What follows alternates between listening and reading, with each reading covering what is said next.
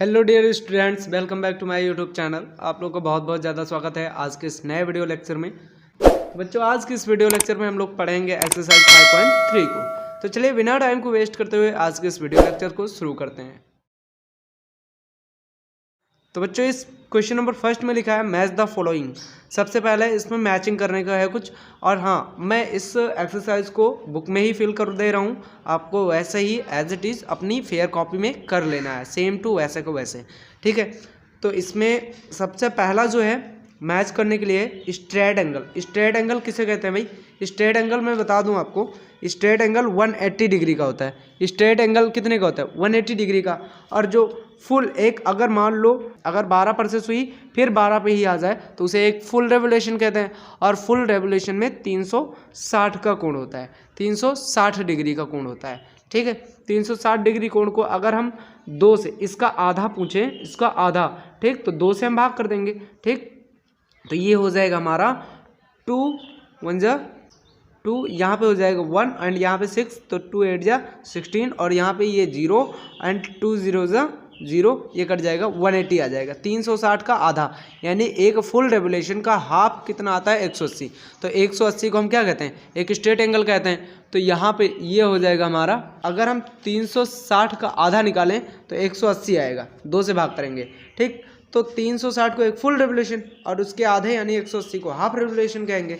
तो 180 ही है हमारा स्ट्रेट एंगल जो होता है, वही हमारा हाफ अ रेवोल्यूशन, ये जाएगा हाफ अ रेवोल्यूशन। यानी कि 180 स्ट्रेट एंगल कितने का होता है? 180 का। 180 यही तो है, तो ये हो जाएगा straight angle half a revolution.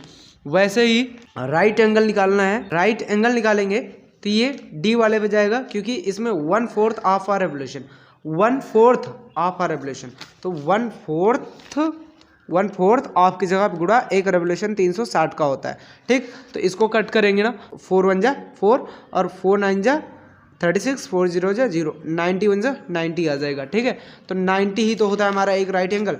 तो 1/4 ऑफ अ रेवोल्यूशन, एक रेवोल्यूशन का 1/4 कितना आ रहा है? 90, और 90 को ही कहते हैं राइट एंगल। तो ये राइट एंगल जाएगा डी नंबर पर, ठीक, 1/4 ऑफ अ रेवोल्यूशन। अभी देखते हैं अक्यूट एंगल। अक्यूट एंगल जो होता है 90 से जो एंगल कम होता है, 90 डिग्री से जो एंगल कम होता है उसी को अक्यूट एंगल बोलते हैं। तो ये कहाँ पे जाएगा भाई? ये जाएगा less than 1/4 of a revolution, पहले वाले पे। क्यों? क्योंकि less than, come, 1/4 of a revolution, 1/4 of a revolution. 1/4 कितना होता है? एक रेवोल्यूशन का 1/4 कितना होता है?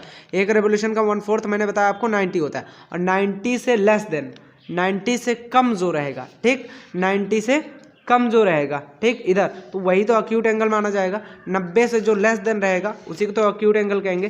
तो 1/4 ऑफ अ रेवोल्यूशन, एक रेवोल्यूशन के 1/4 से कम जो होता है उसी को हम कहते हैं अक्यूट एंगल, ठीक। तो ये हो जाएगा।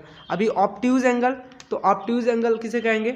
मैं आपको बता दूं, ऑब्ट्यूज एंगल जो होता है वो 90 से ज़्यादा होता है और 180 से कम, 90 से ज़्यादा, 180 से कम, ठीक, इसी को कहेंगे क्या? ऑब्ट्यूज एंगल, ठीक। तो यहाँ पे मैं आपको बता दूं, between 1/4 and 1/2 of a revolution.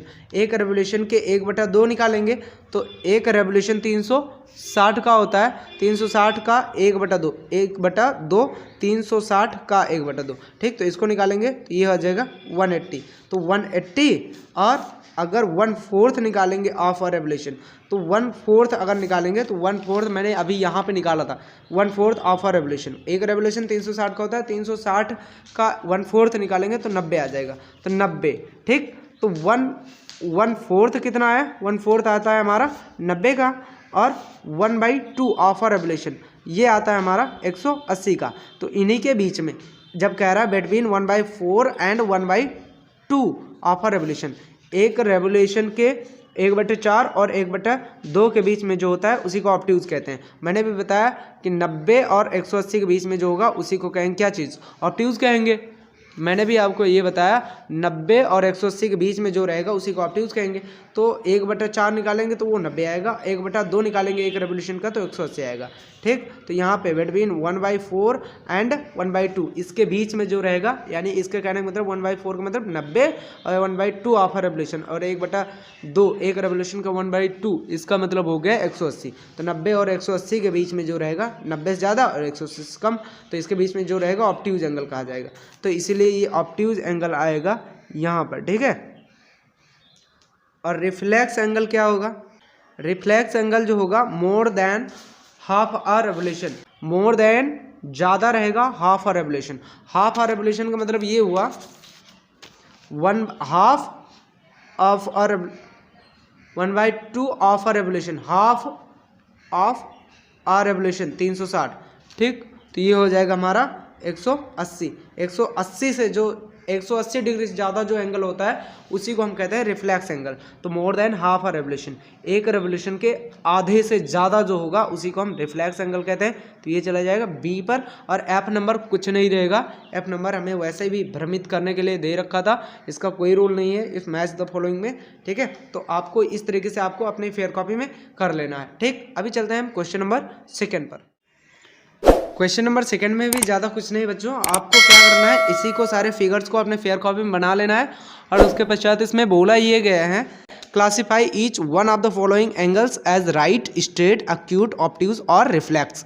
कौन से राइट एंगल है, कौन से स्ट्रेट एंगल है, कौन से एक्यूट, ऑब्ट्यूज, रिफ्लेक्स, कौन से एंगल है इन सारे फिगर्स में, तो आपको ये बताना है। तो आपको इस क्वेश्चन में बताना ये है कि कौन सा एंगल रिफ्लेक्स है, कौन सा राइट है, कौन सा स्ट्रेट है, कौन सा क्या है, ये आपको बताना है। तो मैं पहले ए वाले को बता देता हूँ, आपको ऐसे बना करके उसके नीचे उसका आंसर लिख देना होगा। तो देखिए ये ए जैसे दिख रहा है, तो मैंने आपको बताया था 90 से जो कम रहेगा उसको एक्यूट बोलते हैं, और 90 से जो कम रहेगा वो ए फॉर एक्यूट होता है। तो यहाँ पे ए जैसे दिख रही है तो ये एक्यूट है, क्योंकि ये 90 से कम है, तो इसे लिखेंगे एक्यूट एंगल। नेक्स्ट जो बी वाला है, बी वाला देखिए ये 90 से ज़्यादा है, ठीक। 90 से ज़्यादा है, ठीक। 90 बनता तो ऐसे कुछ होता है, लेकिन 90 से ज़्यादा है और 180 से कम है। तो 90 से ज़्यादा 180 से कम, ये होता है ऑब्ट्यूज एंगल। तो लिखेंगे ऑब्ट्यूज एंगल। तो आपको लिख लेना है ऑब्ट्यूज एंगल, ये हो जाएगा बी का आंसर।